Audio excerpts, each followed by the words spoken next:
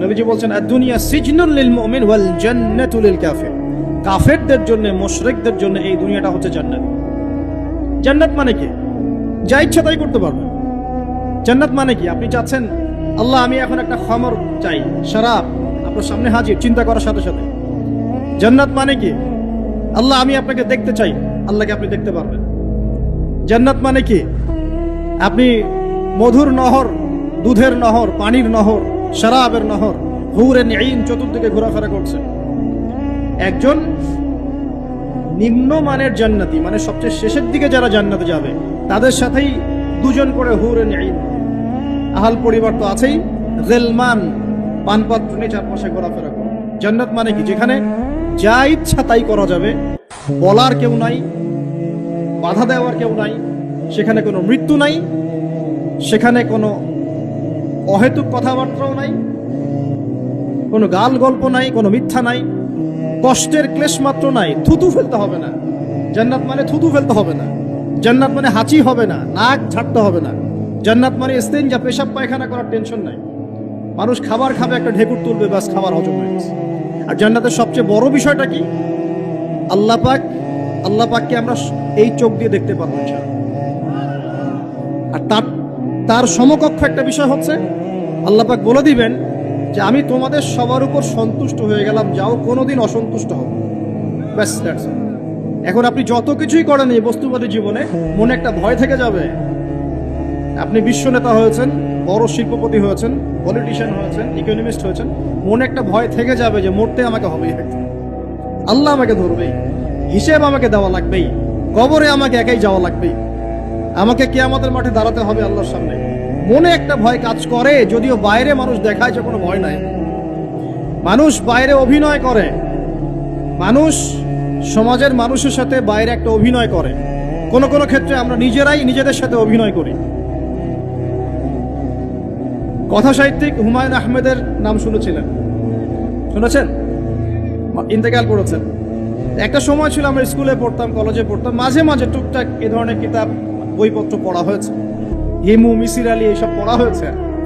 শরৎচন্দ্র, বঙ্কিমচন্দ্র, রবীন্দ্রনাথ, নজরুলের কবিতাগুলো, even Shakespeare, Adam Smith সহ, যিনি অর্থনীতির জনক। যাই হোক, তিনি তার বইয়ের মধ্যে লিখেছিলেন যে এই পুরো দুনিয়াটা হচ্ছে অভিনয়ের মঞ্চ। কথা সাহিত্যিক তিনি বলছেন তার মতো করে এই পুরো দুনিয়াটাই অভিনয়ের মঞ্চ, আর আমরা সবাই নিজ নিজ জায়গায় অন্যের সাথে অভিনয় করছি। কোনো কোনো ক্ষেত্রে আমরা নিজেরা নিজেদের সাথে অভিনয় করছি। তিনি বলছিলেন আমরা সবাই অভিনেতা, আর সবচেয়ে বড় অভিনেতা হচ্ছে পলিটিশিয়ান, কারণ তাদেরকে অনেক বড় মঞ্চে অভিনয় করতে হয়। এটা আমার কথা না, হুমায়ুন আহমেদের কথা, পড়ে দেখেন তো। আল্লাহ পাক পাঠিয়েছেন তার ইবাদত করতে, আর এই বস্তুবাদী জগৎ আমাদেরকে ভুলিয়ে দিল কিভাবে? কয়েকটা প্রলোভন দিল। প্রথম প্রলোভন হচ্ছে টাকা, তারপরে জীবনে কি করব, প্রতিষ্ঠিত হওয়ার চিন্তা, তারপরে চাই আরো চাই, এই একটা আকীদা দর্শন, তারপরে আমার স্ত্রী সন্তান আহাল পরিবারের কি হবে, আর আরেকটা দর্শন আছে, এটাকে বলে চারবাক দর্শন। এবং দুঃখের সাথে বলতে হয় আমাদের রবীন্দ্রনাথ ঠাকুর কিন্তু এই দর্শনের মানুষ ছিলেন। চারবাক কিরকম? তার কবিতা পড়লে দেখবেন লেখা আছে, দুহাতে যা পাও হাত পেতে নাও, দুহাতে যা পাও হাত পেতে নাও, বাকির খাতা শূন্য থাক, বাকির খাতা শূন্য থাক। ঠিক চারবাক দর্শন। এটা ফিলোসফি পড়েছেন, এখানে অনেক টিচারও আছেন আমি জানি, তারা এই কথাগুলো বুঝবেন। চারবাক দর্শন কেমন? ঋণ করে ঘি খাও, ঋণ করে ঘি খাও, যতদিন বাঁচবে সুখে বাঁচবে, এটা হলো চারবাক দর্শন। তো দুহাতে যা পাও হাত পেতে নাও, বাকির খাতা শূন্য থাক, মিল আছে না? ঋণ করে হলো ঘি খান, যেভাবে হোক ঘি খান, মানে ঋণ করে হলো ঘি খান, যতদিন বাঁচবেন সুখে বাঁচবেন। তাহলে এই দর্শনগুলো বস্তুবাদী না? বুঝতে পারছেন কিনা? মেটেরিয়ালিজম, বস্তুবাদিতা, মানে আপনি চোখের সামনে যা দেখছেন এই দুনিয়া, যেভাবে হোক অর্জন করে নেন, বাকির খাতা শূন্য থাক। ইসলামিক কনসেপ্ট এ টোটাল ডিফারেন্ট কনসেপ্ট। ইসলামের ঈমান, আকীদা, ইসলাম, পরকাল, মুহাম্মদ সাল্লাল্লাহু আলাইহি ওয়াসাল্লামের আদর্শ সম্পূর্ণ ডিফারেন্ট। আমরা বলি কি, এই দুনিয়াতে আমরা মুসাফির, দুনিয়াতে আমরা কি মুসাফির, কে কতদিন থাকবো কোনো ঠিক নাই। নবীজি বলছেন, হে আব্দুল্লাহ বিন ওমর, তুমি দুনিয়াতে মুসাফিরের মতো থাকো, সকালবেলা উঠলে সন্ধ্যার অপেক্ষা করো না, সন্ধ্যাবেলা হলে সকালের অপেক্ষা করো। দর্শনের মধ্যে কত পার্থক্য না, আকাশ পাতাল পার্থক্য না। এখন যদি এই বস্তুবাদী দর্শন দিয়ে আপনি চলাফেরা করেন, তাহলে তো আপনার লাইফের অ্যাম্বিশন হবে একটা ফ্ল্যাট, আর ওইটা এনি হাও আপনাকে অ্যাচিভ করতে হবে, legal way or illegal way আপনাকে অ্যাচিভ করতেই হবে, যেহেতু আপনার মোটিভটা হচ্ছে মেটেরিয়ালিজম, বস্তুবাদিতা।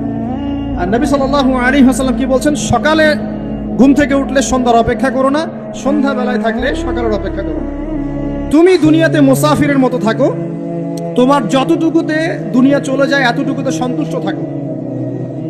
নবীজি আরো বলছেন, তুমি কখনো উপরের দিকে চোখ দিয়ে হেঁটো না, রাস্তায় যখন হাঁটবে উপরের দিকে দেখো না, বরং তুমি দেখো যে তোমার নিচে কারা আছে। আবার বলছি, নবীজি বলছেন, তোমরা হাঁটবে যখন রাস্তায় চলাফেরা করবে, তোমাদের উপরের দিকে দেখবে না যে তোমাদের উপরে কারা আছে, অলওয়েজ দেখবা তোমাদের নিচে কারা আছে, তোমাদের চেয়ে খারাপ কারা আছে। এক ভাইকে আপনি দেখবেন আপনি সুস্থ, তার হাত নাই। আরেক ভাইকে দেখবেন আপনি সুস্থ, তার চোখ নাই। এক ভাইয়ের পা প্যারালাইজড হয়ে গেছে, এক ভাইয়ের বডি প্যারালাইজড, একজন হার্টের রোগী, একজন ডায়াবেটিসের রোগী। আপনি সুস্থ আছেন, অথচ ওই ব্যক্তির অনেক টাকা পয়সা আছে, আপনার নাই। এখানে কে ধনী বলেন দেখেন, আপনি না সে? আপনার সুস্থতা আছে। আরেক ভাইয়ের অনেক বড় বড় ফ্ল্যাটস, কিন্তু আপনার এতটুকু নাই, ছোট্ট একটা বাসা। আপনার কষ্ট লাগে, আমারও যদি এমন হতো। ওই বাসায় গিয়ে দেখলেন যে ইন্টারনালি সে ব্যক্তি সুখে নাই, তার পরিবারে অশান্তি, তার পরিবারে হৃদ্যতা ভালোবাসার বন্ধন নাই, আপনার পরিবারে আছে। একটা রিক্সাওয়ালা সারাদিন রিক্সা চালিয়ে 500-1000 টাকা আর্ন করে বাসায় চলে গেল, গিয়ে বাসা আলু ভর্তা, ডিম ভাজা, ডাল দিয়ে ভাত খাচ্ছে, সুখে আছে দিব্যি, বউয়ের সাথে গল্প করছে, চাঁদ দেখছে। আর সেই তো কবে আপনি ওয়াইফ কিনে চাঁদ দেখেছেন ঠিক নাই। আপনি টাকা অর্জন করার নেশায় বছরের পর বছর স্ত্রী থেকে দূরে আছে, দেখারই সৌভাগ্য হয় না। আসলে সুখ কাকে বলে? সুখটা কি জিনিস? ঢাকাবাসীকে সুখ বোঝানো দরকার। সুখটা কি জিনিস? সুখটা হচ্ছে ইন্টারনাল পিস। যখন আপনি বা আমি নিজেকেও বলছি, যখন আমরা আল্লাহকে পাবো, আল্লাহ পাকের ইবাদতের মধ্য দিয়ে, রাসূলের সুন্নতের মধ্য দিয়ে অল্পে তুষ্ট থাকতে পারবো, যা আছে এতে শুকরিয়া আদায় করবো, আপনি কেউ নাই দুনিয়াতে। কিন্তু বস্তুবাদিতা আপনাকে এই আকীদা ও আদর্শ থেকে সম্পূর্ণ ডিমোটিভেট করে দেবে। আপনাকে খালি চাই আরো চাই, ওই যে দু হাতে চাপাও হাত পেতে নাও, বাকির খাতা শূন্য থাক। আর আমাদের দর্শন, দু হাতে চাপাও হাত পেতে নাও না, বরং দুনিয়াতে যতটুকু পাও এতটুকুতে সন্তুষ্ট থাকো, বাকির খাতা শূন্য থাক না, বাকির খাতা পূর্ণ হোক। মানে পরকালটা বাকির খাতা না, ওই পরকালের বাকির খাতাটা পূর্ণ হোক। প্রয়োজনে দুনিয়ার সব চলে যায় যাক, প্রয়োজনে দুনিয়ার সব যদি চলেও যায় যাক, তারপরে বাকির খাতা কি হোক? পূর্ণ হোক। এটাই আল্লাহ রাব্বুল আলামিন সূরা আ'লার মধ্যে বলছেন, বাল তুসিরুনাল হায়াতাদ দুনিয়া, তোমরা এই দুনিয়ার জীবনটাকেই প্রাধান্য দিয়ে থাকো। ওয়াল আখিরাতু খায়রুন ওয়া আবকা, কিন্তু আখিরাত হচ্ছে সবচেয়ে উত্তম এবং চিরস্থায়ী। তো প্রিয় ভাই এবং বোনেরা যারা আলোচনা শুনছেন, আজকে আমাদের প্রথম সবক হওয়া উচিত দুনিয়ার নেশায় আমরা না পড়ি। আল্লাহ পাক আমাদেরকে তৌফিক দান। এর মানে এই না আমরা দুনিয়ার প্রোগ্রেসে যাব না, অবশ্যই যাব, আমরা অবশ্যই যাব। পুরো নেশন, জাতিগতভাবেই আমাদেরকে এই ওয়ার্ল্ডের সমকক্ষ তো হতে হবে, হবে কি না? আমরা কি ওয়ার্ল্ডের সমকক্ষ হতে পেরেছি? আপনাদের কি মনে হয় মিলস, ইন্ডাস্ট্রিজ, ফ্যাক্টরিজ, সেতু, ফ্লাইওভার এইগুলো করলেই মনে হয় যে ওয়ার্ল্ডের সমকক্ষ হওয়া যায়? প্রত্যেক জনগণ ভিতর থেকে সুখী কিনা, তাদের অন্ন, বস্ত্র, চিকিৎসা, শিক্ষা, বাসস্থান, এই যে মৌলিক চাহিদা, বেকারত্ব ঘোচানো, 3 বেলা খেয়ে পরে বাঁচা, জীবনের অধিকার, সিকিউরিটি, এই জিনিসগুলো আমাদের নিশ্চিত হচ্ছে কিনা, এটা হচ্ছে আপনার উন্নতির মানদণ্ড। উন্নতির মানদণ্ড কি? আমরা এখন যেখানে আছি না, 1776 সালে অ্যাডাম স্মিথ তার চেয়ে আগের জায়গায় ছিলেন। 1776 সালে অ্যাডাম স্মিথ একটা বই লিখেছেন, তার নাম হচ্ছে যে দ্য ওয়েলথ অফ নেশন, এই কিভাবে একটা রাষ্ট্রের ওয়েলথ ফাংশন করে। ওই 1776 সালে তিনি যে চিন্তাগুলো করেছেন, এখন পর্যন্ত আমরা সেই চিন্তা বাস্তবায়ন করতে পারি নাই। 1776 সালের চিন্তা, কিন্তু ওই চিন্তা বাস্তবায়ন করেছে পশ্চিমারা। পশ্চিমা সভ্যতা যেটা আপনি দেখছেন দাঁড়িয়ে আছে এই একটা বইয়ের উপর দাঁড়িয়ে আছে। যেমন একটা এক্সাম্পল দিই, আলোচনাটা কঠিন হয়ে যাবে, অন্যদিকে যাব। আমরা মনে করি যে অর্থনীতি আমরা নিয়ন্ত্রণ করব, ঠিক আছে, অর্থনীতির পুরো বিষয়গুলো আমরা নিয়ন্ত্রণ করে আমরা সমৃদ্ধি নিয়ে আসবো। আসলে বিষয়টা কি জানেন? অর্থনীতির নিজের একটা ফ্লো আছে, ও নিজেই নিজেকে নিয়ন্ত্রণ করে এবং তার উপর একটা ইনভিজিবল হ্যান্ড থাকে, অদৃশ্য হাত, যেটা আমরা বলি আল্লাহ রাব্বুল আলামিন। আল্লাহ রাব্বুল আলামিন এই পুরো অর্থনীতিকে নিয়ন্ত্রণ করে। আমরা যখন সেটাকে ইন্টারফেয়ার করতে যাব তখন ইকোনমি কলাপস করে যাব। এই যে করছে কলাপস। আরো ব্যাপার আছে, শুধু ব্যবসা, অর্থনীতি, এক্সপোর্ট ইম্পোর্ট এগুলোকে তিনি জাতির মানদণ্ড বলতেন না। তিনি বলতেন যতক্ষণ পর্যন্ত জাতির প্রত্যেক ব্যক্তির মধ্যে এথিক্স না আসবে, নীতি যতক্ষণ পর্যন্ত না আসবে আপনি করাপশন থামাতে পারবেন না। তাই হয়েছে না? শুধু ব্যবসা না, আদর্শ কতটুকু আছে? এই যে আপনি দেখছেন বিভিন্ন জায়গায় ভেজাল খাবার খাওয়াচ্ছে, ওদের কি টাকার অভাব আছে? ওদের টাকার কিন্তু অভাব নাই। নেম ফ্রেমের কোনো ঘাটতি আছে? এস্টাবলিশড বিজনেস, তাহলে কেন আপনাকে ভেজাল খাওয়াবে? কারণ তার মধ্যে এথিক্স নাই, নীতি নাই। এই জন্য জাতির প্রত্যেক সদস্যকে, মানে প্রত্যেক জনগণের প্রত্যেককেই আগে নীতিগত শিক্ষা দেওয়া উচিত। আর এই কাজটাই করে ইসলাম। বলে সুবহানাল্লাহ। এই এথিক্স এবং নীতি শেখায় কে? ইসলাম। ইসলামের চেয়ে সার্বজনীনভাবে এবং যুগোপযোগীভাবে কেউই এথিক্স শেখাতে পারবে না। কাগজে কলমে অনেকে অনেক কথা বলতে পারে, প্র্যাকটিক্যালি শেখাবে কে? ইসলাম। এখন বলতে পারেন তাহলে মুসলিমদের মধ্যে দুর্নীতি কেন, মুসলিমদের মধ্যে কেন এই সমস্যাগুলো হয়? উত্তর একটাই, ওই যে স্যার বলে গেলেন, আমি বিভিন্ন ওয়াজে যে এক এক জায়গায় এক এক কথা বলে। উত্তরটা কি? উত্তরটা হচ্ছে যে কোরআন এবং সুন্নাহর সঠিক যে শিক্ষাটা আছে, এই শিক্ষাটা আমরা অনেকেই বাস্তবায়ন করতে পারছি না। এটা আমাদের ব্যর্থতা। এটা কাদের ব্যর্থতা? এটা আমাদের ব্যর্থ। এখানে আমাদের ব্যক্তির স্বার্থ থাকতে পারে, এখানে আমার জ্ঞানের স্বল্পতা থাকতে পারে, আমার ভিতরে অহংকার থাকতে পারে, বা আমি অল্প শিক্ষিত হতে পারি, এবং এমন হতে পারে আমার জ্ঞানটা যুগোপযোগী না।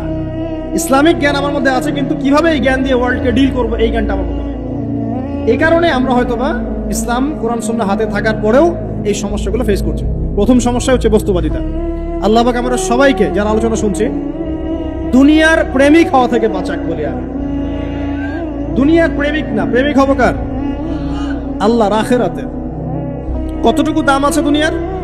আল্লাহ পাক বলছেন একটা মাছির পাখার সমানও না। একটা মাছির পাখার কি দাম আছে আপনার কাছে? আল্লাহ পাক বলছেন পুরো দুনিয়ার দাম আমার কাছে যদি একটা মাছির পাখার সমান হতো, তাহলে এই দুনিয়াতে কোনো কাফের মুশরিক পানি পান করতে পারত। তার মানে এই দুনিয়াতে যা করো করো, আমার তো কোনো দামই নাই দুনিয়া। কালকেই তো আমি দুনিয়া ধ্বংস করব। আর ওই যে দুই জাতির কথা বললাম, জিন এবং মানব জাতি, আপনারা সূরা আর রহমান পড়বেন। রহমান নামটা অনেক ব্যাপক, দয়াময়ের নাম। তার মানে আল্লাহ পাক মার্সিফুল, মোস্ট মার্সিফুল। কিন্তু এই সূরা আর রহমানেই একটা ভয়ঙ্কর আয়াত আছে, কি? সানাফরুগু লাকুম আইয়ুহাস সাকলান। হে মানুষ এবং জিন, হে মানুষ এবং জিন, শীঘ্রই আমি তোমাদের দুইটা জাতিকে ডিল করার জন্য ফারেক হচ্ছি, অপেক্ষা করতে থাকো। মানে আল্লাহ পাক কুল্লা ইয়াউমিন হুয়া ফি শাআন, মানে আল্লাহ পাক কি করেন? সব সময় তার কাজে ব্যস্ত আছে। মহাবিশ্বের তো গ্রহ, নক্ষত্র, গ্যালাক্সির অভাব নাই, মাখলুকের কোনো অভাব নাই। আল্লাহ পাক প্রত্যেকটা মুহূর্তেই তার কাজে ব্যস্ত আছেন, তার কাজে শানে ব্যস্ত আছেন। কিন্তু এই ব্যস্ততা থেকে ফারেক হবেন কাদের জন্য? মানুষ আর জিনের জন্য। মানুষ আর জিনের জন্য আল্লাহ পাক বলেন সানাফরুগু লাকুম আইয়ুহাস সাকলান। দাঁড়াও, দুনিয়ার মধ্যে এই সব করে বেড়াচ্ছ, তোমাদের দুই জাতির জন্য আমি অচিরে ফারেক হব ইনশাআল্লাহ। ওইটাই হলো কিয়ামতের দিন। যদি ওই দিনটা আমরা মাথায় রেখে চলি, ইনশাআল্লাহ আমরা কেউ বস্তুবাদী হব না ইনশাআল্লাহ। আল্লাহ পাক আমাদের সবাইকে দুনিয়া মুসাফিরের মতো থাকার তৌফিক দান করুন। আমরা উন্নতি করব, অবশ্যই অগ্রগতি করব, আমরা সবকিছুই করব, কিন্তু দুনিয়ার পূজায় ডুবে যাব না। এটা একটা বড় চ্যালেঞ্জ। মানে মধ্যমপন্থী থাকতে হবে, না একদম গোলালু মার্কা আর না চরমপন্থী, মাঝামাঝি থাকার চেষ্টা করতে হবে। আল্লাহ তৌফিক দান করুন। ঢাকাবাসীর জন্য এর চেয়ে বড় কোনো নসিহত হতে পারে না। ঢাকা থেকে, ঢাকার মতো যত মানে সিটিজ, মেগা সিটিজ আছে সারা ওয়ার্ল্ডে, তাদের জন্য এটাই প্রথম নসিহত, বস্তুবাদিতা ত্যাগ করতে হবে। বস্তুবাদিতা। আল্লাহ পাক আমাদের সবাইকে বাকির খাতা পূর্ণ করার তৌফিক দান করুন। এখন একটা লক্ষ্য পেলাম, কি জন্য দুনিয়া এসেছি? আল্লাহর ইবাদত করার জন্য। এখন অনেকে ভুল বুঝে প্রশ্ন করতে পারে, তাদের জ্ঞানের স্বল্পতা, আমি ওদেরকে দোষারোপ করবো না, কারণ আমাদের শিক্ষার সমস্যা আছে। আমরা তো সবার মাঝে ইসলামিক সার্বজনীন শিক্ষা দিতে পারছি না। এ কারণে অনেকে প্রশ্ন করতে পারে, তাহলে কি সারা জীবন আল্লাহ বিল্লাহি করতে হবে? আমি কি সারা জীবন তাসবিহ তাহলিল জিকির আজকার নামাজি পড়ে বেড়াবো? তাহলে এটা হলো তার ভুল বুঝ। এই আয়াত সম্পর্কে ভুল ব্যাখ্যা। সঠিক ব্যাখ্যাটা কি? সঠিক ব্যাখ্যা হচ্ছে সূরা হাশরের 7 নম্বর আয়াত। কত নম্বর? সূরা হাশর 7 নম্বর আয়াত। আল্লাহ পাক বলেন, ওয়ামা আতাকুমুর রাসূলু ফাখুযুহু। রাসূলুল্লাহ সাল্লাল্লাহু আলাইহি ওয়াসাল্লাম তোমাদেরকে যা যা দিয়েছেন সব নিয়ে নাও। ওয়ামা নাহাকুম আনহু ফান্তাহু। রাসূল যা থেকে বিরত থাকতে বলেছেন সমস্ত বিষয় থেকে দূরে থাকো। এখন এই আয়াতটাকে সামনে রেখে কুরআন সুন্নাহকে যদি আমরা ঘাঁটি, আমরা দেখব রাসূলুল্লাহ সাল্লাল্লাহু আলাইহি ওয়াসাল্লাম পেশাব পায়খানা ইস্তিনজা করা থেকে শুরু করে রাষ্ট্র চালানো পর্যন্ত প্রতিটা কাজের হেদায়েত দিয়ে গেছেন। আলহামদুলিল্লাহ। এটা কেউ মানি বা না মানি দিয়ে গেছেন, এটা বিশ্বাস করতে হবে।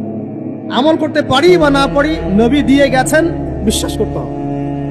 দলিল চাচ্ছেন, আপনি সহিহ বুখারী খুলেন, মুসলিম খুলেন, তিরমিজি, নাসাই, আবু দাউদ এগুলো খুলেন, দেখবেন আপনি ইস্তেঞ্জা করবেন কিভাবে, বসবেন কিভাবে, ঢোকার সময় কোন পা দিয়ে ঢুকবেন, বের হওয়ার সময় কোন পা দিয়ে বের হবেন, ইস্তেঞ্জা করার সময় কথা বলতে পারবেন কিনা, কতটুকু বলতে পারবেন, গোসল কেমন করে করবেন, ওযু কিভাবে করবেন, আপনি আগে কি পা থেকে শুরু করবেন নাকি হাত থেকে শুরু করবেন, কিভাবে নামাজ পড়বেন, আগে গিয়ে কি সেজদা করবেন নাকি ইকামত হবে, আজান হবে, আল্লাহু আকবার তাকবীর দিবেন, কিভাবে নামাজ শেষে বের হয়ে আপনি ব্যবসায় চলে যাবেন, কিভাবে আপনি ব্যবসা করবেন, কিভাবে চাকরি বাকরি করবেন, সমাজের মানুষের সাথে মেলামেশা করবেন, মানুষকে দিনের দাওয়াত দিবেন, ইভেন কিভাবে আপনাকে যদি আল্লাহ ক্ষমতা দেন আপনি কিভাবে সোসাইটি মেনটেন করবেন, সমাজ এবং রাষ্ট্র মেনটেন করবেন, প্রতিটা হেদায়েত খুঁটিনাটি কোরআন এবং সুন্নাহ দিয়েছে আমাদেরকে।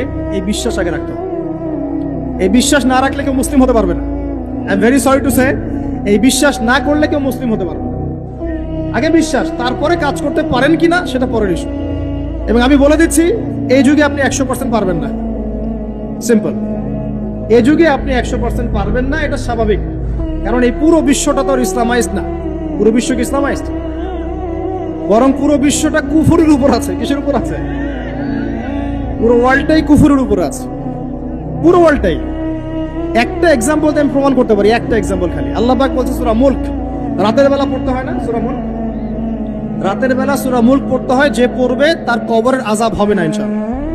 কবরের আযাব থেকে আল্লাহ পাক তাকে বাঁচাবেন ইনশাআল্লাহ। সূরা মুলক তেলাওয়াত করতে হবে রাতের বেলা। এই সূরার প্রথম আয়াতে আল্লাহ বলেছেন, তাবারাকাল্লাযী, বরকতময় সেই আল্লাহ, বিয়াদিহিল মুলক, যার হাতে পুরো মহাবিশ্বের ক্ষমতা। কার ক্ষমতা? তাবারাকাল্লাযী বিয়াদিহিল মুলক, বরকতময় সেই আল্লাহ যার হাতে পুরো মহাবিশ্বের ক্ষমতা, সার্বভৌমত্ব। ক্ষমতার বাংলা কি বলতে পারি আমরা? এটাকে ইংরেজিতে আপনারা কি বলেন? আপনারা বলেন সভারেন্টি। কি বলেন? সভারেন্টি বিলংস টু আল্লাহ। এখানে সভারেন্টি বিলংস টু কে? আল্লাহ। কিন্তু এই পুরো বিশ্বের সার্বভৌমত্বের মালিক কি এখন আল্লাহর বাকি আছে? মানুষ নিজের হাতে নিয়ে নিয়েছে। কথা বুঝতে পারছেন না? পুরো বিশ্বে আল্লাহর সার্বভৌমত্ব চলে এখন, মানুষের সার্বভৌমত্ব চলে এখন। তো পুরো ওয়ার্ল্ডটাই কুফরের উপর আছে না? বিশ্বটাই কুফরের উপর। এখন বাদ দেন, এই ওয়ার্ল্ডে আপনি 100% ইসলাম ডিল করতে পারবেন না, সিম্পল। কিন্তু আগে বিশ্বাস করেন যে একদম টয়লেট থেকে শুরু করে আসমান পর্যন্ত সবকিছুই হেদায়েত কোথায় আছে, কোরআন শুনে আছে কি নাই? এখন মানতে পারি না, সেটা আলাদা ইস্যু। কেউ বিশ্বাস করেছে, মানতে পারে না, আল্লাহ তাকে মাফ করে দিবে ইনশাআল্লাহ। বিশ্বাস করেছি, মানতে পারিনি, আল্লাহ মানে বিশ্বাস করেছি, আমল করতে পারি নাই, হে আল্লাহ আমল করতে গিয়েছি, প্রতিবন্ধকতা পেয়েছি, সমাজ এমন ছিল না, বিশ্ব এমন ছিল না, আমি পারি নাই, আল্লাহ মাফ করে দাও। ইনশাআল্লাহ আল্লাহ মাফ করে দিবেন ইনশাআল্লাহ। আল্লাহ পাক বলেছেন, কারো আমল নামায় যদি শিরকের পাপ না থাকে, যে কোনো গুনাহ আল্লাহ যাকে ইচ্ছা মাফ করে দিবেন। আমল নামায় খালি শিরকের পাপ রাখা যাবে না, যে কোনো গুনাহ আল্লাহ যাকে ইচ্ছা মাফ করতে পারেন। বুঝাচ্ছি, মনে করেন একজন জেনা করেছে, আল্লাহ মাফ করুক। ওই জেনাকার ব্যক্তি যদি বিনা তওবাতেও মারা যায়, তওবা করে নাই, বিনা তওবাতেও মারা যায়, কালকে আমাদের মাঠে আল্লাহ পাক তাকেও মাফ করতে পারেন।